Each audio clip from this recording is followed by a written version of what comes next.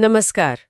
आज हम एक ऐसी कहानी पर गहराई से बात करने वाले हैं जिसमें आतंक है, वीरता है और हाँ, एक बहुत प्रसिद्ध शहर के जन्म की कहानी भी जुड़ी हुई है। जी।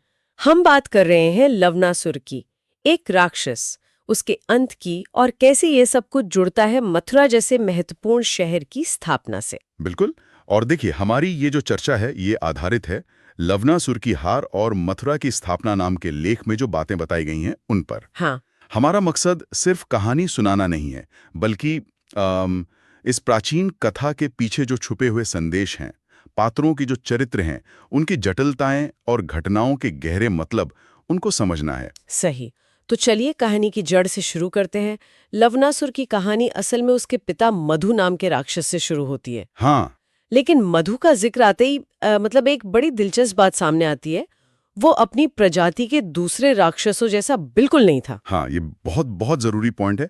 मधु का चरित्र वो पारंपरिक राक्षस वाली छवि से एकदम अलग था। अच्छा। जहां राक्षस अक्सर अपनी क्रूरता के लिए, अधर्म के लिए जाने जाते हैं, स्रोत हमें बताते हैं कि मधु तो धार्मिक स्वभाव का था। वो न केवल देवताओं और ऋषियों का आदर करता था, बल्कि खुद भी गहरी तपस्या में लगा रहता था। भगवान शिव के प्रति उसकी भक्ति अटूट थी। और इसी भक्ति ने उसे कुछ असाधारण शक्ति भी दिलाई। सही कहा आपने। उसकी जो कठोर तपस्या थी और सच्ची भक्ति, उससे भगवान शिव इतने ज्यादा प्रसन्न हुए कि उन्होंने मधु को अपना ही एक अजेय अस्त्र दे दिया, एक दिव्य त्रिशूल। वाह। और ये कोई मामूली त्रिशूल नहीं था, ये शिव की शक्ति का प्रतीक था। और साथ में शिव ने ये वचन भी दिया कि भाई जब तक ये त्रिशूल मधु या उसके वंशज के हाथ में रहेगा, उसे कोई हरा नहीं सकेगा। कोई भी नहीं? देवता भी नहीं। इतनी बड़ी शक्ति, मतलब ये पाकर तो कोई भी अहंकारी हो सकता है, लेकिन मधु, उसने ऐसा नहीं किया। नहीं, यही तो मधु के चरित्र की खासियत थी। उसने इस असीम शक्ति का उपयोग अपनी प्रजा की रक्षा के लिए किया, शांति बनाए रखने के लिए। अच्छा।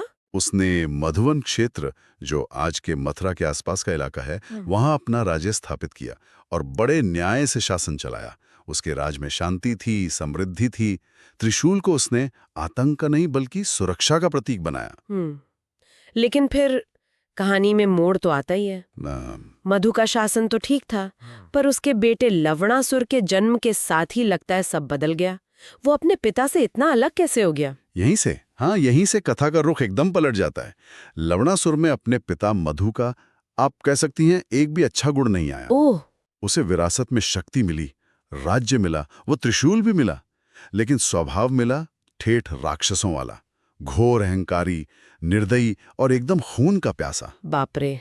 पिता की मृत्यु के बाद जब राज्य और वो दिव्य त्रिशूल उसके हाथ आया ना, तो उसने उसका मकसद ही बदल दिया। मतलब जो त्रिशूल मधु के लिए रक्षा का साधन था, वही लवणासुर के लिए विनाश का हथियार बन गया। बिल्कुल। और यहीं पर वो पहला गहरा विषय सामने आता है जिस पर हमें सोचना चाहिए, दिव्य उपहारों या शक्ति का दुरुपयोग। हाँ, सही बात है। शिव ने त्रिशूल लिया था धर्म की रक्षा के लिए एक नेक भक्त को, लेकिन जब वही शक्ति एक अयोग्य, एक अधर्मी व्यक्ति के हाथ में आई, तो वो वरदान एक तरह से अभिशाप बन गया। लवणासुर ने त्रिशूल का इस्तेमाल शांति भंग करने, डर फैलाने और निर्दोषों पर अत्याचार करने के लिए किया। ये दिखाता है कि शक्ति अपने आप में अच्छी या बुरी नहीं होती। उसका मूल्य इस बात पर है कि उसे धारण करने वाला कैसा है, उसका इरादा क्या है। उसके अत्याचार किस हद तक थे, मतलब स्रोत क्या बताते हैं? स्रोत बताते हैं कि लवणासुर का आतंक असहनीय हो गया था। वो सिर्फ एक जालिम राजा नहीं था, बल्कि साक्षात विनाश का रूप था। ओह। वो जंगलों में तपस्या कर रहे बेचारे निर्दोष ऋषियों को मार डालता था। उनके यज्ञ, अनुष्ठान सब भंग कर देता था। आश्रमों को अपवित्र करना, तपस्वियों को खा जाना, ये उसके लिए आम बात थी। हे भगवान। आसपास के राज्यों पर हमला करके लूटना, राजाओं को बेइज्जत करना, ये उसकी आदत बन गई थी। तो क्या उसका डर सिर्फ इंसानों तक ही था? बिल्कुल नहीं।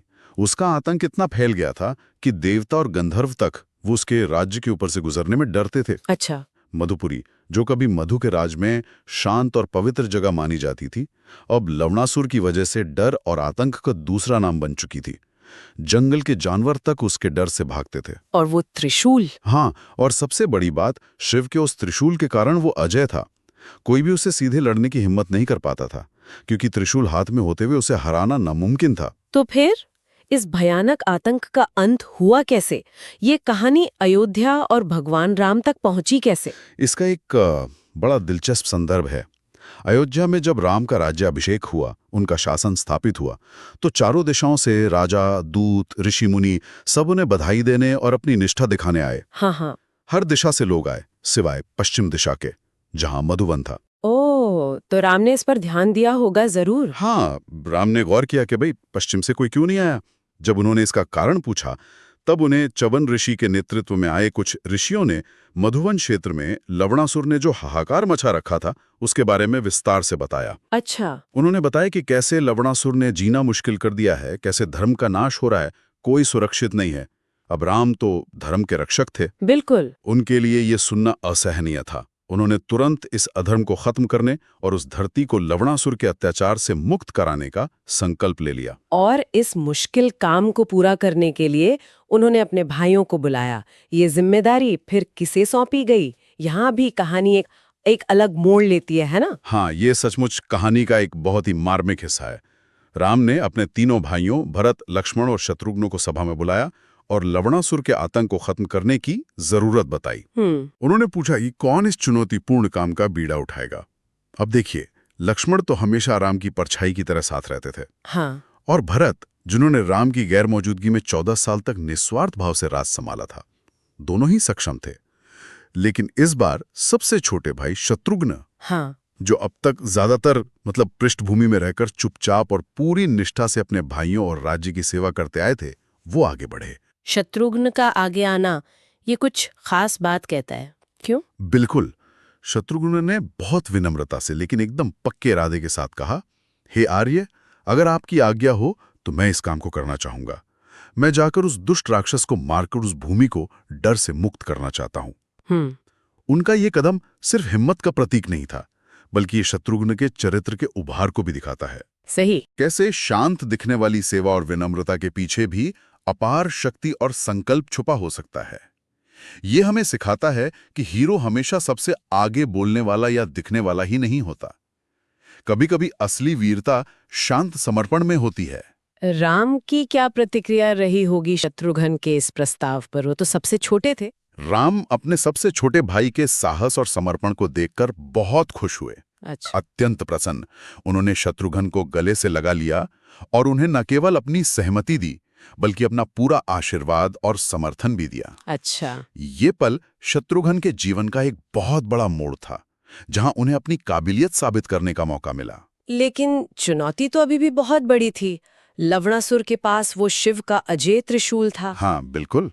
तो राम ने शत्रुघ्न को इस लगभग नामुमकिन लगने वाले काम के लिए तैयार कैसे किया? क्या कोई खास रणनीति बताई या कोई मदद दी? राम सिर्फ एक आदर्श राजा ही नहीं थे, बल्कि एक कुशल रणनीतिकार भी थे। वो जानते थे कि लवणासुर से सीधे तब लड़ना जब त्रिशूल उसके हाथ में हो, वो आत्मघाती होगा। हाँ, ये तो है। इसलिए उन्होंने शत्रुघ्न को एक बहुत जरूरी गुप्त जानकारी दी और एक अचूक रणनीति सुझाई। उन्होंने बताया, देखो शत्रुघ्न, लवणासुर रोज शिकार के लिए जंगल जाता है और लौटकर खाना खाने से पहले वो त्रिशूल को अपने महल में रख देता है। अच्छा। तुम्हें ठीक उसी वक्त उस पर हमला करना है जब वो निहत्था हो। ये रणनीति शत्रुघ्न की जीत के लिए निर्णायक साबित हुई। रणनीति के अलावा क्या राम ने उन्हें कोई दिव्य अस्त्र भी दिया? क्योंकि लवणासुर बिना त्रिशूल के भी तो शक्तिशाली रहा ही होगा। हाँ, ये बहुत जरूरी हिस्सा है। राम ने सिर्फ रणनीति ही नहीं बताई, बल्कि शत्रुघ्न को वो ताकत भी दी जिससे वो लवणासुर का सामना कर सके। क्या दिया? उन्होंने शत्रुघ्न को अपना वही दिव्य धनुष और बाण सौंपे, जिनका इस्तेमाल उन्होंने खुद महापराक्रमी रावण का वध करने के लिए किया था। अरे वाह, वही धनुष बाण। जी हाँ। कहा जाता है कि उन बाणों में स्वयं अग्निदेव और इंद्रदेव की शक्ति थी। ये सिर्फ हथियार देना नहीं था, ये राम का अपने भाई पर विश्वास दिखाना था, उसके सामर्थ्य में उनका भरोसा जताना था। इसके साथ ही ऋषियों और देवताओं का आशीर्वाद लेकर शत्रुघ्न अपनी सेना के साथ मधुवन की ओर चल पड़े। तो शत्रुघ्न मधुवन पहुंचे। वहां का नजारा कैसा रहा होगा? वो जगह जो कभी पवित्र थी, अब आतंक के साए में। बिल्कुल। जब शत्रुघ्न मधुवन पहुंचे तो स्रोत बताते हैं कि उन्होंने उस जगह की बुरी हालत देखी। जो जंगल कभी सुंदर था, ऋषियों की तपस्या की जगह थी, वो लवणासुर की क्रूरता के कारण उजड़ा हुआ, डरावा सा लग रहा था। शत्रुघ्न ने अपनी सेना के साथ यमुना नदी के किनारे महर्षि च्यवन के आश्रम के पास अपना डेरा डाला। महर्षि च्यवन जैसे तपस्वियों ने उनका स्वागत किया और उनके मकसद की कामयाबी के लिए आशीर्वाद दिया। अच्छा। उन्होंने शत्रुघ्न से कहा कि वे उस भूमि को फिर से पवित्र करने के पुण्य काम के लिए आए हैं। शत्रुघ्न ने जल्दबाजी नहीं की, उन्होंने धैर्य से सही मौके का इंतजार किया। और फिर वो निर्णायक दिन आया। लड़ाई शुरू कैसे हुई? शत्रुघ्न कई दिनों तक इंतजार करते रहे। फिर एक दिन, जैसा राम ने बताया था, लवणासुर शिकार से वापस लौटा, हजारों जानवरों को मारकर, थका हुआ लेकिन अपनी ताकत के नशे में चूर। हाँ। उसने महल के दरवाजे पर पहुंचकर त्रिशूल अंदर रखा और खाना खाने के लिए आगे बढ़ा।